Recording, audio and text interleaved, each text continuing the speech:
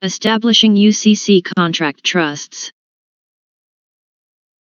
The IRS will use one, or both, of two types of accounts in processing negotiable debt instruments by way of the domestic financial institution's Treasury tax and loan account, sometimes referred to as TTNL account, which is administered under the Technical Support Division, TSD, of the IRS through Chief of Special Procedure Handling at a Federal Reserve Regional Office, or through the UCC Contract Trust account, which is processed through the TTNL account and administered by the IRS Analysis and Control Division, also under the Technical Support Division of the IRS. The process begins when a secured party presents a negotiable debt instrument to the Secretary of the Treasury with a copy of same stamped accepted for value, a banker's acceptance of charging instrument, presented for discharge of a debt, discharge of negotiable debt instrument. This copy of the negotiable debt instrument stamped, or diagonally endorsed by hand, is a banker's acceptance of debt and becomes ratification of commencement, a bona fide claim, of the action by, and joinder to, the substitution, or subrogation of, the real party in interest by claimant's person in commerce, and such ratification, joinder, substitution, or subrogation shall have the same effect as if the action had been commenced in the name of the real party in interest, that cannot enter commerce. All UCC and Bill of Exchange documents are routed to the IRS, Room 1120, 1111, Constitution Avenue, NW, Washington, D.C. 20224 under the administration of Felix Zek. This is the Analysis and Control Division of the IRS. These documents are scrutinized by the Secret Service, the FBI, and Justice Department. The Analysis and Control Division has stated that these are designated as UCC contract trusts. The UCC contract trusts are distinct and separate from direct Treasury accounts, which are used exclusively for trading in Treasury bonds that are administered by the Bureau of Public Debt. Many of the UCC and Bill of Exchange documents received at 1500 Pennsylvania Avenue Northwest are misdirected to the Bureau of Public Debt. One major error is that many filers reference a Treasury Direct or Direct Treasury account in their documents. At the Analysis and Control Division of the IRS building in District of Columbia, UCC contract trusts are processed and then routed to one of two IRS centers if it is to be used for discharge.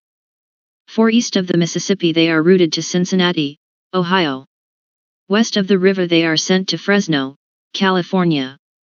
Notices discharging IRS claims east of the Mississippi are also to be sent to Joseph Kehoe, CSB/SPF, of the IRS in District of Columbia. West of the river they are to be sent to Gary Stair, WRM/SPF, Seattle, Washington.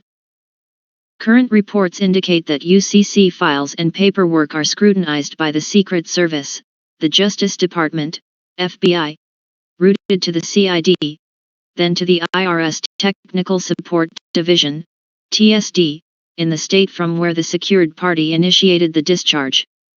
Copies of these documents are also forwarded to the Department of Justice, Tax Division in D.C. Here are some important details regarding the administration and function of the Technical Support Division. Almost every financial institution connected with the Federal Reserve System has in its register or has contracted access to an IRS account known as a Treasury Tax and Loan Account, TTNL. The TTNL account in each financial institution is administered from the Technical Support Division office located in most state offices of the IRS. As a result of IRS internal reorganization, the Technical Support Manager, TSM, in each state divisional office of the IRS has been assigned the authority formerly assigned to the District Director. When a notice of levy/lien is presented to any financial institution by the IRS, usually by fax, the financial institution usually responds routinely by making a simple entry in their computer transferring the asset from the depositor's account to the IRS TTNL account. The asset does not physically leave their office. A few financial institutions do not have TTNL accounts. They place a 21-day hold on the funds and then forward the amount demanded directly to the IRS. Discharging claims in the public sector, bank claims, and with the IRS through the UCC contract trust can be accomplished by the secured party with presentment of bonded registered bill of exchange directly to the Secretary of the Treasury. When an assessment, claim, is made by the IRS or a federal or state taxing agency, the claim can be stamped accepted for value by the secured party and sent via certified, or registered, mail to the Secretary of the Treasury for discharge. See 3 paragraphs below beginning the number. These transactions all become bonded when they are processed through the Federal Reserve System and/or the Department of the Treasury. This action is documented and authorized through Public Policy HJR 192, Title 4, Sector 401 of the Federal Reserve Act, the Supreme Court's confirmation in Guarantee Trust of New York v. Henwood, et.al., 1939, and Public Law 73-10. Such action is further confirmed in USC Title 12, Title XXVIII, Sector 1641, 3002 and the Foreign Sovereign Immunity Act. Those who properly file in their birth state or UCC region establish the distinct and separate identity of the secured party apart from the debtor, strawman. Presenting that filing along with the instruction order, chargeback, the IRS 1040 ES form and the accepted for value stamped birth certificate notifies the Secretary of the Treasury that the secured party is now established with a prior, superior claim on all assets and liabilities of the debtor. The liabilities can then be presented to the Secretary of the Treasury for processing and discharge through the UCC contract trust. A written, contracted, acknowledged claim received by the debtor, strawman, can be accepted for value by the secured party and discharged when properly presented through the Secretary of the Treasury to the UCC contract trust on file with the Analysis and Control Division of the IRS.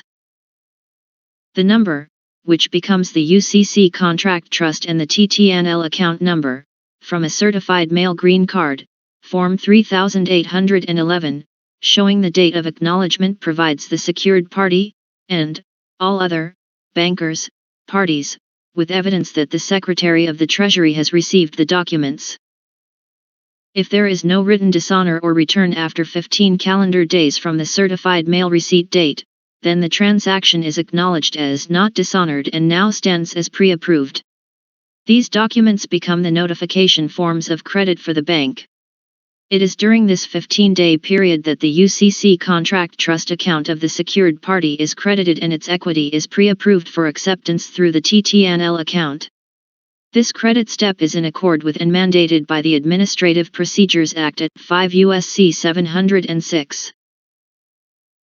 15 calendar days from the date stamped on the green card returned from the Secretary of the Treasury, the secured party or the claimant is authorized to tender copies of the following documents to the processing bank: 1. A copy of the returned certified mail receipt, a copy of the negotiable debt instrument, a stamped copy of the negotiable debt instrument, and, in certain cases, a silver surety bond, to be posted at the processing bank in accordance with CFR 31 at Part 203, to a custodial deposit account. Upon receipt of these documents, the bank is legally authorized to place a credit on its TTNL with the amount of the negotiable debt instrument, followed immediately by a debit to its TTNL account by the equal amount shown on the negotiable debt instrument. These credit/debit transactions are initially unfounded at this point. However, they pave the way for the flow of equity from the secured party's UCC contract trust account, through the TTNL account, to the bank. 3 previously prepared identical packages of documents consisting of copies of a copy of the returned certified mail receipt, the credit/debit transactions, the stamped negotiable debt instrument, copy of the negotiable debt instrument, and the silver surety bond, where applicable, to the 3 parties of interest: 1. Secretary of the Treasury, 2. IRS Chief of Special Handling Procedures, and 3. Chief of Special Procedure Handling at the Office of the Regional Administrator of the TTNL account. In the bank's registry are then mailed out by the processing bank. The bank transmits each package in a way that provides legal dated proof of receipt dates for each of the 3 document transmissions. On occasion, a fourth copy may be required to be sent to the Secretary of Transportation through the Maritime Ministry's administration. 15 days after the last receipt comes in, credit from the UCC contract trust account, already authorized by the Secretary and the Technical Support Division, funds flow through the TTNL to the bank's holding account.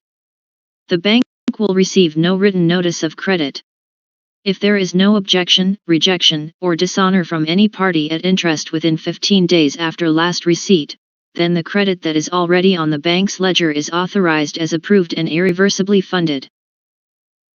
This is in accordance with and mandated by the Administrative Procedures Act at 5 U.S.C. 706, Federal Banking Regulations, the Supreme Court decision in Hallenbeck v. Limert, and the Erie and Clearfield Doctrine, by congressional and presidential approval.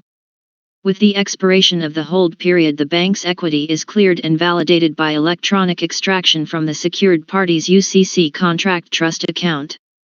The bank must then promptly transfer this equity to the account of the claimant or that of the secured party for the intended purpose to discharge the claim, or place into an investment account. The basis for this process is an obligation that the United States has bound itself to and provided statutory law supporting. The Supreme Court decision Guarantee Trust Co. of New York v. Henwood et al. 59 SST 847, 1939, proved that all the above is in effect. Those in responsible positions at banks cannot lawfully deny, dishonor, or delay the processing of such valid negotiable debt instruments that are properly submitted for a legitimate purpose. Such negotiable debt instruments constitute valid legal tender. Observe that the process operates entirely under the purview of the Secretary of the Treasury and the Technical Support Division of the IRS. Neither the Bureau of Public Debt nor the United States Treasury itself is involved in any way nor at any stage of this process. Also, bank alert notices referring to the Bureau of Public Debt of the United States Treasury do no apply to this UCC contract trust negotiable debt instrument. Therefore, banks cannot lawfully discriminate and deny the processing service of valid negotiable debt instruments to their depositors on the basis that they are not interested, not set up for it, unfamiliar with the processing of negotiable debt instruments, or the opinion that all negotiable debt instruments are the same. You see, they are licensed and bonded to do the job they are contracted to do. All is under contract law. Since 1933, the United States has accepted these non-cash accrual exchanges as a matter of law and equity. HJR 192, PL 48 at 112 and 73-10 are still in effect. Other public policy directives and the Supreme Court decision Guarantee Trust Co. of New York v. Henwood et al. 59s. CT 847, 1939, show these negotiable debt instruments as public policy remedy for the removal of gold and silver coinage. Properly tendered negotiable debt instruments place subordinate public officials, to the Secretary of the Treasury, in a position where they must then legally acknowledge and accept the Secretary's authority and the validity of these instruments. Those in responsible positions at licensed financial institutions cannot lawfully deny, dishonor, or delay the processing of such valid negotiable debt instruments. Banks are private corporations, but they are also quasi-public as evidenced by their involvement with FDIC, TTNL tax accounts, government CDs, and operate under the authority of federal banking regulations. Therefore, banks cannot lawfully discriminate and deny the processing service of negotiable debt instruments. Caveat: be informed, any actor, agent, or fiduciary who delays, restricts, or otherwise prohibits the movement of a negotiable debt instrument in its lawful progression destined to, or for, the holder in due course, secured party, or claimant must show cause why a contempt charge should not issue against him/her in his/her/their true character, or suffer the consequences of said action, or lack of action. It is noted that said actors, agents, and fiduciaries are subject to the self-executing regulations of the 3rd and 4th sections of the 14th Amendment, whereby their offices are vacated and their salaries and retirement benefits are extinguished when they do not perform the duties and obligations of said offices. Established in 1933 under H.J.R. 192 and exercised by actors, agents, and fiduciaries of every commercial transaction by commercial banking institutions since that date with the abrogation of the Gold Clause. Damages equal to double the amount of the negotiable debt instrument, under civil action, or triple the amount of the negotiable debt instrument, under admiralty jurisdiction. The contempt charges would be based upon USC Title 15 Sections 1 and 2.